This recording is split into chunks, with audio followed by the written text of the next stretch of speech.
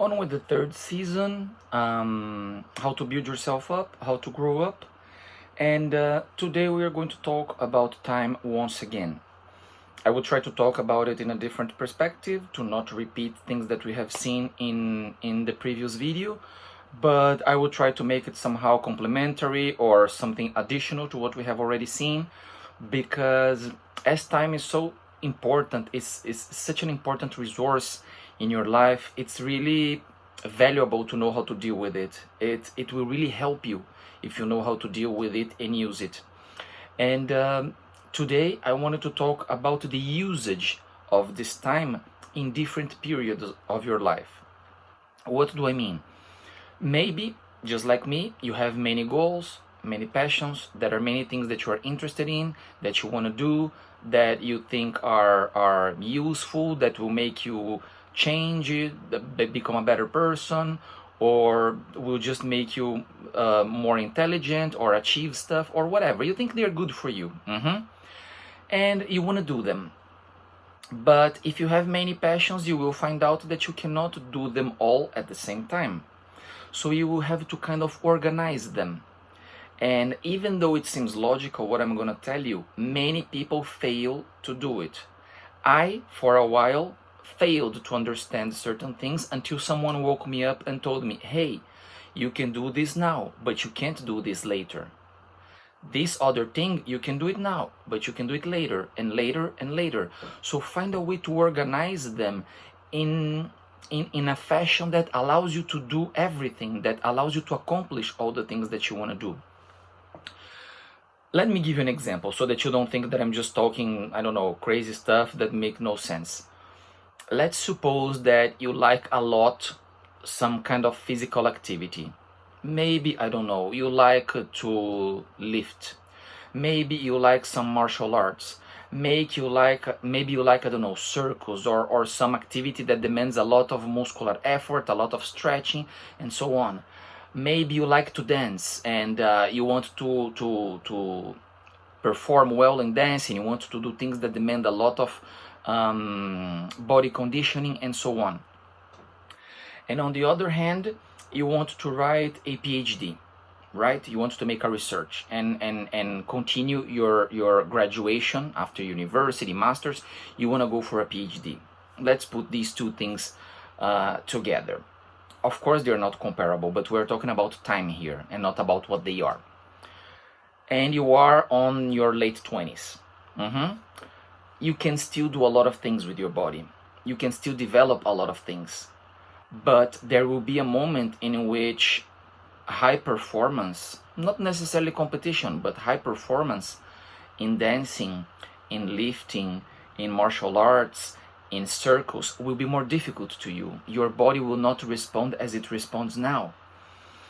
But your brain will keep responding well if you sleep properly, if you eat properly, if you keep cultivating your brain until old ages, until 70, 80, if you don't reach any kind of senility or if you don't get any kind of disease that might compromise your reasoning, your capacity of thinking, your memory, and so on.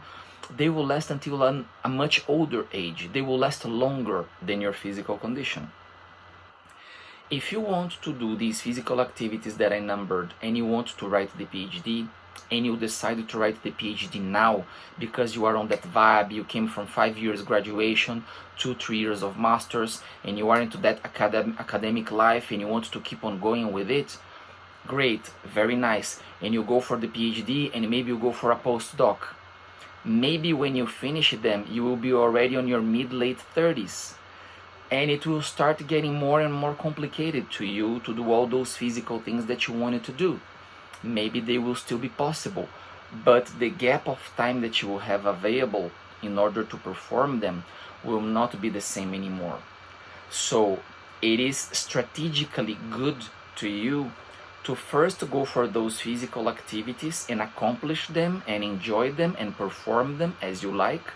And later, even though you might say, oh, but I'm going to be kind of oxidated, I'm going to be a bit rusty, so many years without studying, so many years out of the academy, blah, blah, blah, and it will be difficult to me to re-enter that world. Maybe it will, Maybe you will need a year preparation or something like this, but you will be able somehow to achieve the two goals, the two things that you wanted to achieve. You will be able to go for that physical thing that you wanted to go, and you will be able to go for the intellectual goal that you had in your mind. And this goes for many other things, okay? Let's suppose that you are a man. Then I'm going to see an example for a woman. Let's suppose that you are a man and you tell me, man, I would love to have a family. I would love to get married. I would love to have kids. I will tell you, if you are on your early 20s, mid 20s, or even late 20s, well, if you have things that you want to accomplish and they will demand a lot from you, try to accomplish them now, because you still can become a father at the age of 40. Maybe it's not optimal. There will be a difference in age between you and your kids that maybe you are not going to appreciate that much. You will feel like you are not their dad but their grandfather or something like this. But it will still be possible. You will still be able to have kids and care for them and see them grow and so on.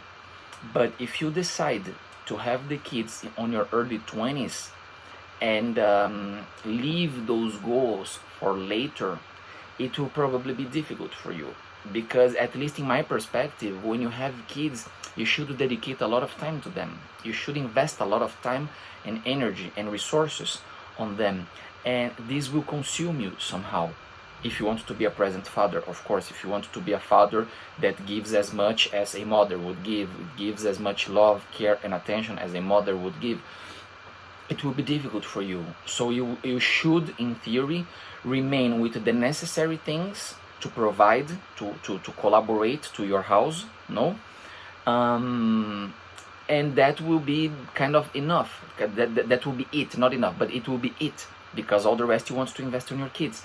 And putting other things, other accomplishments, achieving other things that you wanted might become complicated at that moment. In case you are a woman, it's a little different, because after a certain age, risks might increase in terms of pregnancy and bearing a child. So if you have these goals in your life, try to go for them as early as possible, as soon as possible. Try to achieve the things that you want, and then right after have your kids, but as early as possible. And then you ask me, but well, if I decided to have my kids early and I haven't achieved everything that I wanted to achieve, will it be possible later, afterwards, when my kids are a little grown, to go for these things? If you will still have the energy, if you will still have the resources, and you will still have the will, the passion, the energy to do that, the ideal in your head, it will be possible. It's not going to be a problem that you will be on your early 40s and you want to pursue, I don't know, a PhD, or you want to study something new, you want to learn some new skill or something like that. It will still be possible. Of course, if you already have a job, if you already have a career or a profession, and you've been sharing with your husband the life and the kids and the work, and you've been trying to do this life Tetris of balancing everything and being able to do everything, you are not going to be able to go for so many things, because you will have already your career and your kids, and this is going to consume a lot of your time, most of your time. So you are not going to have so much left to pursue those other things that you wanted, but you can still pursue some stuff. The most important thing that you need to understand, as a woman, as a man, it doesn't matter, is that even though it's a beautiful dream and it's a beautiful picture, it is very difficult to achieve and to accomplish absolutely everything in life. Everything that you're passionate about, everything that you're into, everything that you like. Above all, I repeat, if you, just like me, have many passions, many things, you want to learn so many things, so many skills, improving in so many areas, it will be difficult. And maybe you are not going to make all of them, but you should understand that that doesn't mean that you have failed in life, or that you haven't done well, or whatever you want to think negatively of you. Actually, you did everything you could, you went for the things that were possible, and you accomplished maybe the most important ones, your favorite ones, the ones you wanted to accomplish. But dealing with time and knowing how to organize somehow your life and put things in a way that you manage to do everything that you want, or almost everything that you want, or the most important things that you want, is fundamental. It's a decision that will be somehow definitive for you. It will determine whether you will really accomplish as much as you wanted, or if you will put things in the wrong order and they will compromise you and they will not allow you to reach what you wanted to reach, get where you wanted to get, because you didn't know how to manage your time, how to build your schedule, how to put things not in order of priority, or in order of what is most important. Sometimes one thing might be most important, more important, but you leave it for afterwards because time will allow you to do that. You will have the conditions. No, taking the example that I gave you, maybe the PhD is most important than the physical accomplishments, but you can do both if you know how to organize them. Think of it, and always have a good plan in what time is concerned, in timing, in scheduling, in order of things, in time, not necessarily in priority, for your life. And maybe you will be able to achieve much more than what you thought it would be possible. See you in the next chapter.